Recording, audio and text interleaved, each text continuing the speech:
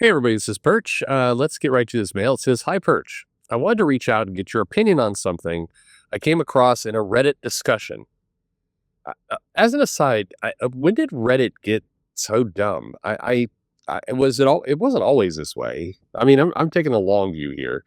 I you know, I think yeah, I always kind of expected and usually delivered things like Twitter and Facebook, and I guess whatever underage stuff's going on Blue Sky. I joke, but also there is way too much of that, and they should probably fix that. Anyway, you kind of expect those conversations to be stupid. They're in tweets. You have a limited character set, and so are used to, and you couldn't put full thoughts out. It didn't reward nuance. It didn't reward detail. It didn't reward facts. And so but Reddit, the intention was that you would actually, it was a more intellectual place to be. But the conversations over there are dumb.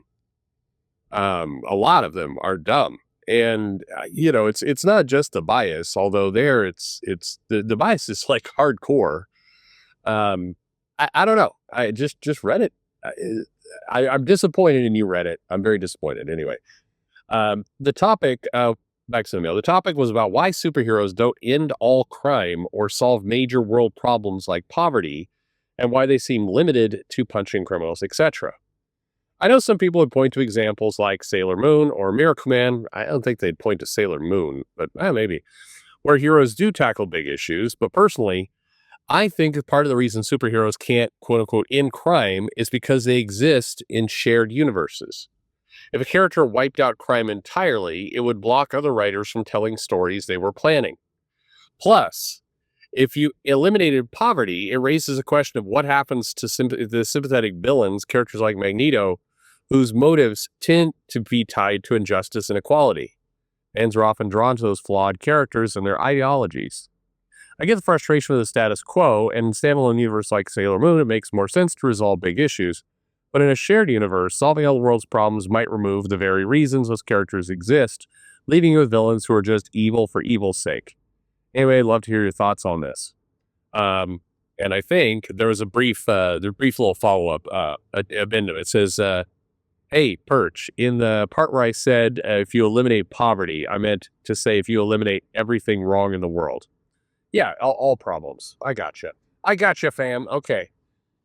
Well, I mean, I've talked about why this is a trap and a problem in videos because first off, you have to recognize, and you're right, it is a shared universe. And so therefore, if you're going to end something, whatever it is, you're ending it for everyone. So for example, in the Marvel universe, if you decide to end, homelessness in the Fantastic Four, it means that topic is taken off the table for every comic. And maybe that's not a big deal. I mean, arguably, do you want to see a very special episode of, Miles Morales Spider-Man dealing with homelessness? Maybe you don't. But it basically raises the burden on editors to continue to, basically, put these new rules and these new guidelines of the universe out to the entire universe. And that's, that gets to be a lot after a while. It does limit the stories you can tell. Now, again, some of these stories, why would you want to tell them? Like, do you really want a, homelessness in the Avengers? Do you want to have to deal with the unhoused there? Does it make sense? And I guess that gets to, in my mind, at least the bigger second point of why you can't do this. It's a superhero universe. The genre is superheroes. And to some extent saying, hey, let's have superheroes not fight villains and instead tackle like real world problems. It's a little bit like saying, hey, let's make a horror movie, but let's not make it scary or have any tension in it.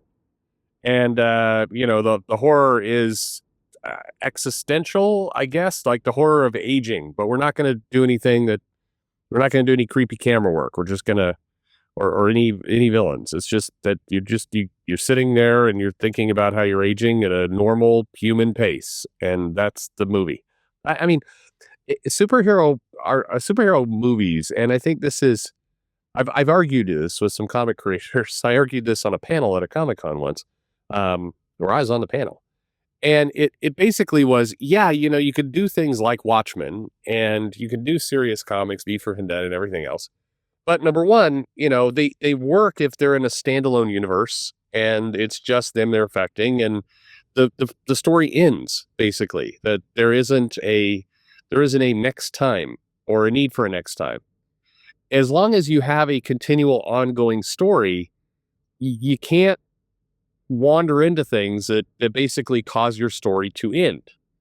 And solving all problems, taking the superhero out of the superhero genre and having them do things like that. Like the Authority tackled some of these issues, but then kind of awkwardly they had to put all that stuff back in the box at some point. They're like, yeah, they solved a lot of these problems, and but then in the next comic, it's like, well, the problems are kind of still there. I mean, I don't know. They're angry because some people are still doing some shit they said not to do, but the Authority was able to operate on like 4 and 6 issue arcs and just kind of forget, and to some extent, that stuff happened in the previous 4 issues. Now you may go, no, that's not true. Oh, yes, it is. Take a look at the comic sometime. That comic would put stuff back in the box after 4 issues, or just pretend it was never out of the box in the first place. They're like, from now on, we're not going to have these poor countries being taken advantage of by big countries.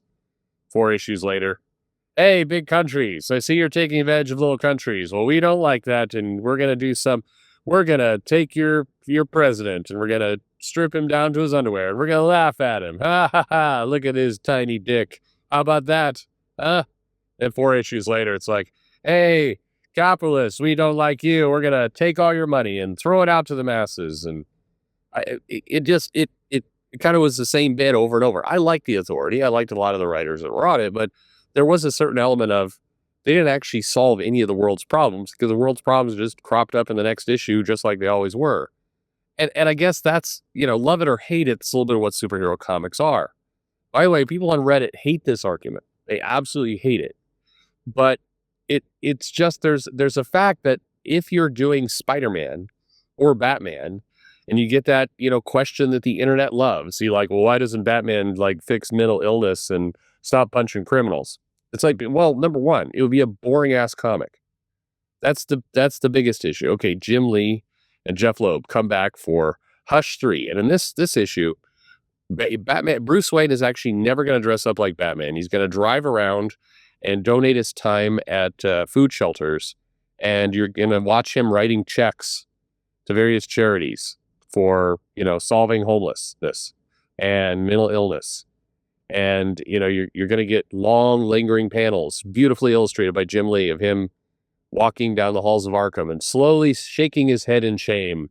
It is a pity that we have decided to lock up people rather than treat them like dignified human beings. And that's the issue. And the next issue, there will be more of that for 12 issues. That's all it is. That's not a superhero comic. People would not buy that. And at the end of the day, if you're an indie creator and you really want to do a 12-issue series like that, you can. But here's the thing. For all the talk from sometimes, people on Reddit for sure, sometimes comic creators, sometimes people on Twitter, about how, comics really should be about going out and door dashing some food, and then, calling your bestie, and then volunteering at a shelter. And that, A, that's called a slice of life book. And B, even slice of life books are not that boring. A lot of the writers and the people who are constantly clamoring to turn superheroes into whatever that shit is, they couldn't survive in a slice of life world. If you go read Rumiko Takahashi and some of the slice of life manga, it's entertaining, it's wacky, it's fun. My son Akoko is a great example of this. Yes, I know that's not how you pronounce it. Maison. Anyway, that's a great example of a slice of life story that is entertaining and good. But if you notice, the whole story is heavily built on kind of will they or won't they kind of drama. It's got, wacky characters that come in and out of the series. It is not like, it's not like what you would get out of a comic book made by Reddit. Anyway, I'm shitting on Reddit a little bit too much here at this point. You are right. A shared universe, it means you're making a decision for everyone. And so that's barrier number one. But barrier number two is you have these, I mean, it is the trap of the second you have Reed Richards, who is the smartest man on the planet, or second smartest. I mean, look, if Lunella, If Moon Girl is the smartest girl on the planet, and Moon Girl is designed to be a character for next generation, everything else, Moon Girl should solve hunger, should solve the problem of hunger on the planet. Smartest person in the world should do it. They won't do it because number one, it's a boring comic, and it doesn't fit in a superhero. So it's much more likely if you're going to get kids to read the book, if you're going to have a selling issue, you need to put her on roller skates, have her have wacky adventures, get into mix-ups at school, have silly villains kind of attack her, and she rides around on a big dinosaur. That's what works, unfortunately or fortunately, in the series. And you can't have heroes running around. You can't have Reed Richards running around the world as the smartest man in the universe or a hero or Moon Girl, and and then start asking the question in that comic like, hey, why don't you solve cancer or AIDS or the climate problems or any of the second you start doing that in the comic, these people are they're no longer heroes, and it's dull. And I can't reinforce that point enough. This stuff is boring. I know that it's like, yeah, but shouldn't these issues get a spotlight? Sure, they could, but is superhero comics really that spotlight? I, it's just not fit for purpose for this stuff. So, that's the paradox or the interesting thing about comic books. They have to straddle this line. It's kind of the reason why, and maybe this is the best analogy for you. In pro wrestling, they have these things called an anything goes match, where you can bring any weapon you want to the ring. And the wrestlers will bring like chairs or, sometimes like a crowbar or an ECW like Tommy Dreamer and the cane. Okay. And they bring, or cookie sheet. Every now and then they're really getting hardcore. They bring like a staple gun, which is like, oh, holy shit. But it's an anything goes match. And if these characters really hate each other and they're up there with microphones talking about, I will end you, I'm going to bury you, anything goes. You could just bring a gun. You could and that's but the problem with that is the second you have a wrestling match and it's an anything goes, bring any weapon you want. And, a wrestler comes wandering down with like a ladder and a chair and a cookie sheet. And the other wrestler comes out of the entryway and the guy's just got a rifle. And it would be funny, like the announcer would be like, holy shit, what, it would be a moment that you would remember. But wrestling would be ruined after that. Because you'd question, okay, we've been having these matches for 30 years. Nobody thought to bring a gun. It's an anything goes match. You guys are talking about wanting to kill each other, and yet you're doing it with cookie sheets. All right. And it breaks kayfabe. It basically breaks the idea that they're actually fighting. We all know it's an act. Wrestling is real to me. But, it's still, you have to maintain that illusion. Well, superhero comics are the same way. There's just some things you can't do. It's why the villains are super villainous. And by and large, unless it's Identity Crisis, they don't rape the heroes. There's tons of times where Lex Luthor, the Joker, what have you, or some of these characters have kidnapped the heroes, tied them up and put them in jail. They've drugged them with gas. You've seen this kind of stuff. But the next panel, the hero is like strapped to a table or in jail or in some kind of, room with clear walls and water is filling up with piranhas or something. And you do that in the comic book versus, the next scene being like the hero's waking up and it's, Power Girl's waking up and the Joker's zipping up his pants. And he's like, ha ha ha. And you're like, because the second you do that, it doesn't work in the comic. Yes, that would be a villainous thing to do, but you can't just throw rape in there, which is why the Identity Crisis, the Dr. Light stuff was so gross and so screwed up and why it's kind of reviled as a comic. You can't, and so you would say like, okay, so you're telling me Dr. Octopus is willing to like blow the planet up and, turn everybody into zombies or whatever his latest plan is. But he's not going to just rape a bunch of women. Yeah, because they know that the second you introduce rape into a superhero book for kids, you're done at that point. You can do it in an indie book. You can do it in kind of, but that's some of these topics, whether it's heroes solving quote unquote real problems like homelessness or racism or the climate, or villains just saying, you know what, fuck it, I'm gonna just rape people. I mean, you can't put those topics out and ever come back from them. And I mean, hell, look at like the heroes are not supposed to kill people. Now, why are the heroes not supposed to kill the villains? Is it because they're virtuous and good and that's just they don't solve the problems that way? I mean, that's the storyline reason, but the real reason is they need to use those villains later. And if you kill them, you can't. And so the reason why Batman doesn't use a gun or Batman doesn't just strangle people to death or everything else, the reason why Batman hasn't killed the Joker, because you're going to need the Joker in a year for a storyline, so you don't kill him. But if suddenly you had the Joker running around raping people, it gets kind of hard for, no pun intended, gross. But you're telling me he does that and Batman's like, yes, we still can't kill him though. We need to put him in prison. At that point, every other superhero in the DC universe is also culpable. You kind of have that problem already when they do a storyline of the Joker kind of mass murdering people, and Superman's like, well, that's a shame we can't kill him because he's definitely going to escape again.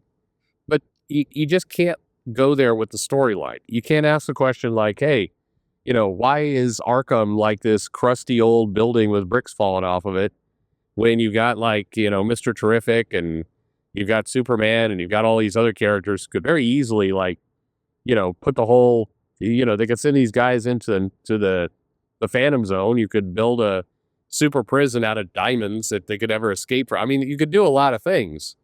But now we're going to keep in this old like castle looking, 18th century building. We're going to do that. The second you just start asking these questions, and writers are so excited to go down this path because it's a fun gotcha moment in the book. Like, hey, why doesn't Superman actually, use the crystals from the Fortress of Solitude? Are supposed to be impenetrable and, make that the prison. Then the heroes couldn't escape from it. It's like, yeah, I mean, it sounds fun, but it all leads to the same place, which is all the heroes are morons, and you just can't open up that door. Anyway, there you go. That's a long video. Thanks for listening.